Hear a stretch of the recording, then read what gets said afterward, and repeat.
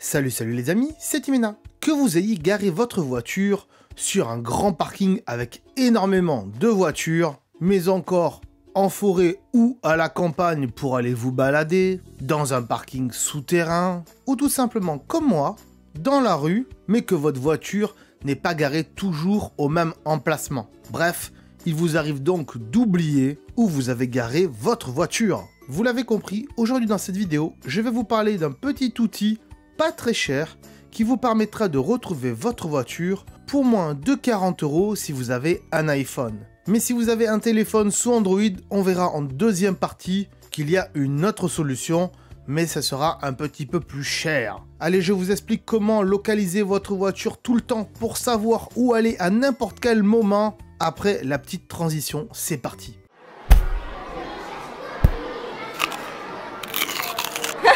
Attention, petit message avant de commencer cette vidéo. Je vous préviens, il est strictement illégal d'utiliser des appareils de localisation comme ceux dont je vais vous parler dans cette vidéo à des fins de traquer des personnes ou des véhicules qui ne vous appartiennent pas. Cela est bien sûr punissable par la loi et cela engagera bien sûr votre responsabilité et non la mienne puisque je vous ai prévenu. Vous l'avez donc compris, il peut arriver de ne plus savoir où vous avez mis votre voiture, ou tout simplement vous avez peur qu'on vous la vole, et donc vous aimeriez bien savoir où elle se trouve. Bien sûr, énormément de solutions existent sur le marché, à des prix plus ou moins onéreux. Si vous avez un iPhone, il y a également pas mal de solutions. On peut par exemple passer par l'application Apple Plan, mais c'est assez contraignant, puisque des fois ça marche pas très bien, et il faudra surtout lancer l'application Plan et qu'elle tourne en tâche de fond sur votre téléphone. Et si comme moi, vous n'utilisez pas l'application Plan parce que vous préférez une autre application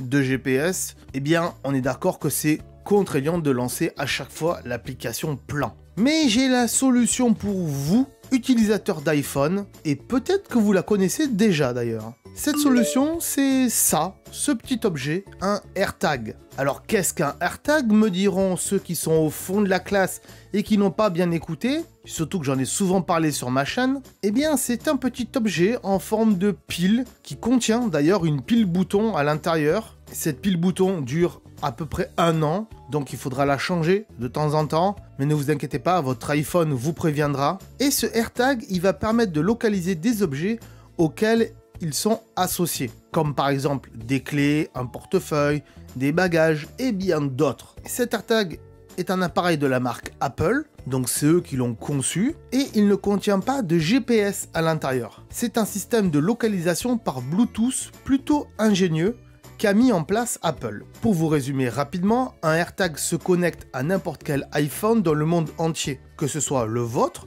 ou celui de quelqu'un d'autre. À partir d'un moment où un AirTag capte un appareil Apple à proximité, environ 10 mètres, c'est la portée du Bluetooth, il envoie sa position au serveur d'Apple de manière anonyme et les autres personnes autour de vous qui ont des iPhones ne savent même pas qu'ils sont passés à côté d'un AirTag, sauf si le AirTag les traque. Dans ce cas-là, ça va émettre une notification sur l'appareil de la personne qui est à côté de l'AirTag. Une fois donc la position du AirTag envoyée sur les serveurs d'Apple, vous pouvez ensuite donc la consulter via l'application localisée que vous pouvez trouver sur votre iPhone ou sur l'App Store si vous ne l'avez pas. Ce qui signifie donc que lorsque vous vous éloignez de votre AirTag avec votre iPhone dans la poche, celui-ci enverra sa dernière position connue au serveur d'Apple, mais également dès qu'une personne qui possède un iPhone passera à proximité de votre AirTag, eh bien cette position se mettra à jour. Donc imaginons que vous garez votre véhicule dans la rue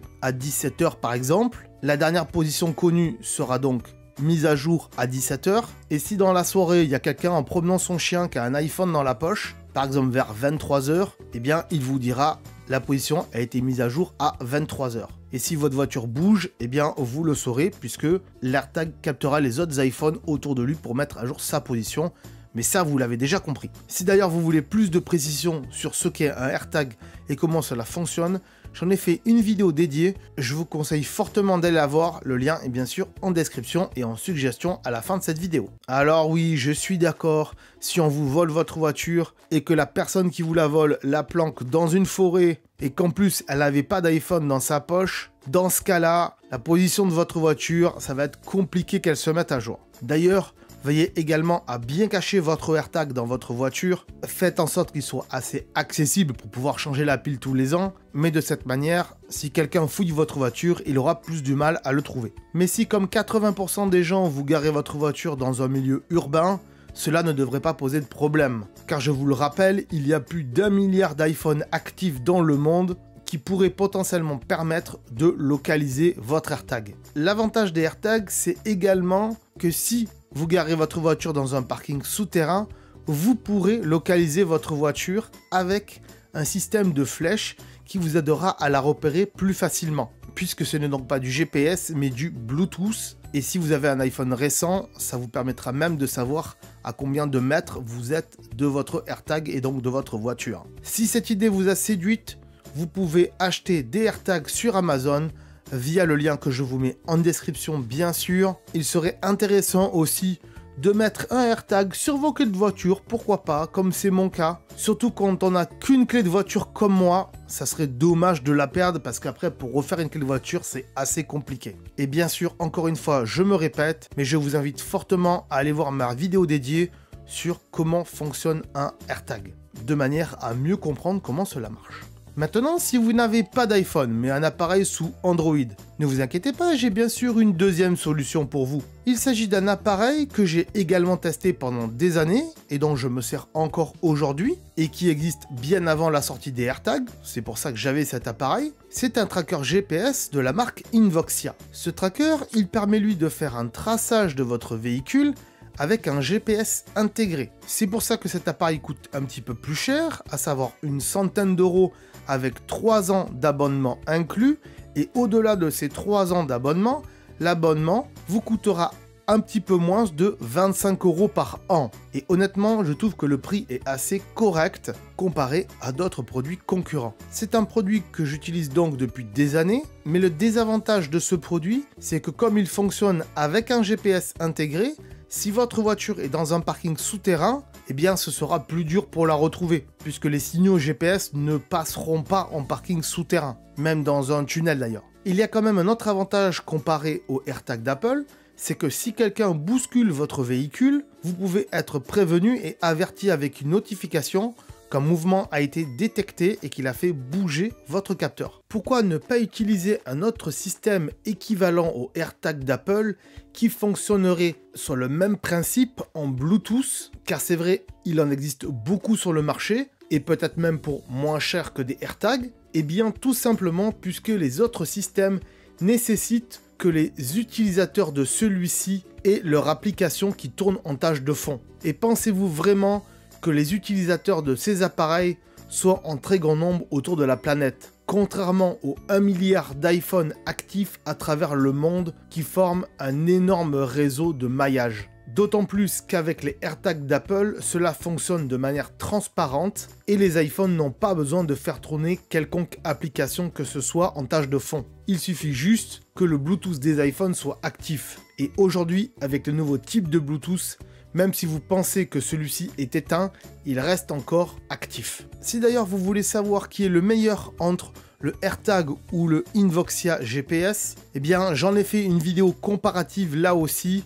Je vous mets bien sûr les liens en description et en suggestion à la fin de cette vidéo. J'espère que cette vidéo vous a plu et que je vous aurai apporté des solutions intéressantes. Si c'est le cas, n'hésitez pas à mettre un petit pouce bleu. Ça aide bien sûr à référencer cette vidéo. Si vous avez des questions sur le sujet, vous pouvez me les marquer en commentaire. J'essaierai d'y répondre le plus rapidement possible. Et si je connais la réponse, bien sûr. Et bien sûr, n'oubliez pas de vous abonner à la chaîne parce que sinon vous allez louper tout un tas d'astuces pour votre iPhone. Et ça serait bien dommage parce que c'est quand même le but de cette chaîne. Donc voilà, n'hésitez pas à vous abonner. Nous, on se dit à très bientôt sur la chaîne. Ciao, bye bye. Si tu veux en savoir plus sur ce sujet, alors je te conseille de regarder les vidéos qui s'affichent ici. Et bien sûr, si c'est pas déjà fait, pense à t'abonner pour ne pas louper mes futures vidéos qui pourraient fortement t'intéresser. Allez, on se dit à très bientôt. Salut!